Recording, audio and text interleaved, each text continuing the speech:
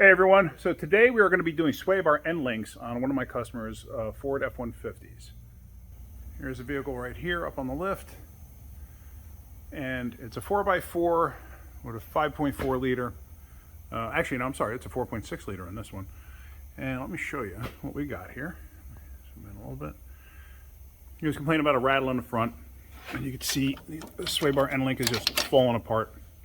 So what I'm going to show you is on a lot of these, the bolt in the center there actually gets stuck in the sleeve and it will not come out, because as you see, if you focus in on that, you can see the rust buildup on that bolt and it just jams up inside that sleeve. So let me get back to that. So what you wind up having to do is you wind up having to cut the top and the bottom. But on this one, really all I'm going to do is I'm going to cut the bottom off here instead of dragging the bolt. Actually, this one is not as bad as I thought it was. So on this one, I'm just going to put some spray lube on there and whiz it off with an impact gun. I'll just hold the top in place. And then over here, oh, actually, real quick, this side's okay, but I always do these in pairs, because you do the one side and now it's got new bushings and everything else, and this side will fall apart. So I always do them in pairs. I never do just one. That's the reason. So over here, now I'm using on this one, I'm going to use Precision chassis components. And I've had very good luck with this company. I don't even know who makes this. It says Precision. I'm sure it's not their own company. It's probably just a rebrand of something else. Let me shut this light off. Probably a rebrand of something else. Doesn't say. But I've had very good luck with them. And here's the components. And sometimes it does pay to read the instructions that comes with the parts. Like this one, it'll tell you make sure that this nut is actually on the top, whereas on the vehicle itself, the nut portion's on the bottom, but they tell you to install it this way. And they tell you about this sleeve. Now it says install the black sleeve inside these two bushings. Okay, well, how can you denote from this picture if that's the smaller sleeve or if that's the smaller sleeve? I mean, this one does fit inside there, whereas this one's a slightly larger diameter, but I can see people forcing stuff together.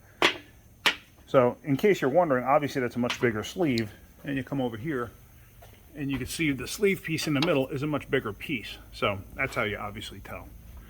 So this all goes together. It's pretty simple. Just follow the directions. And let me get going on zipping that out. All right, so I've been having a little technical difficulties here. My Sawzall blade is completely worn out, and I don't have another one, because I was just going to cut this with a Sawzall right there. And I also tried taking the nut off with an impact, but the problem is it's so seized in place I'd have to heat it up. And I just don't feel like doing that. So I just grabbed a pair of bolt cutters, and I'm going to cut it with a bolt cutter. Just like that. And the whole thing just falls apart and comes out. So now I can take the new one and assemble that. All right, so now what I'm going to do is just pre-assemble part of this. That. One bushing at the sleeve. And now this can go up. Like I said, the other one initially went down like this, but this one's supposed to go up because that's the way the instructions want it, because they want this piece going through the actual sway bar. So now, I get all my pieces together and handy and ready.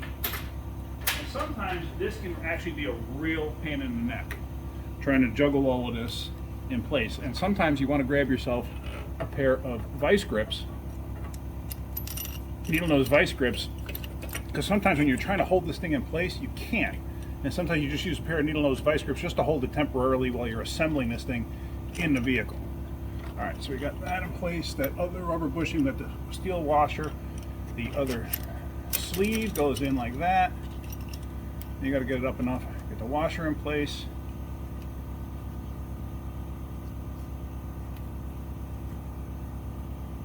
Get the bushing in place, and now I'm going to try to feed this underneath there, which I may have to pry on the sway bar in order to do this. And this is where the pain in the neck part comes in. So I'm actually going to cut the other side, and then this way I can assemble this side loosely. All right, so I got the other side disconnected, so now the sway bar will actually move. Let me try that all over again.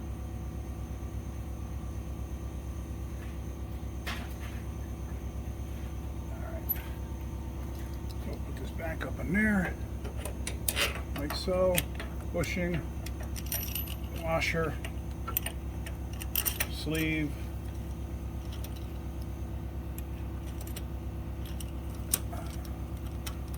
washer, bushing. Oh, make sure the bushing's going the right direction. See, this has a step on it. The step always goes to the hole, whether it be in the sway bar or the control arm. So the bottom one's face down. Well, it faces down, then, you know, up, then down, then up, then down.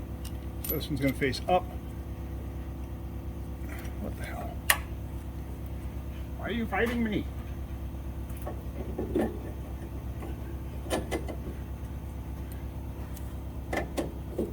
And this will come down like this.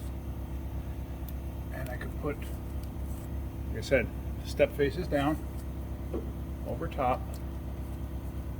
And that sleeve bolt is going to go through and it's going to catch the link.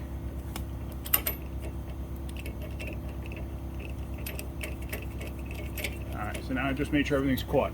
So now this whole thing fits nice and loose in there. So now I'm going to do the other side and then I'll tighten everything up.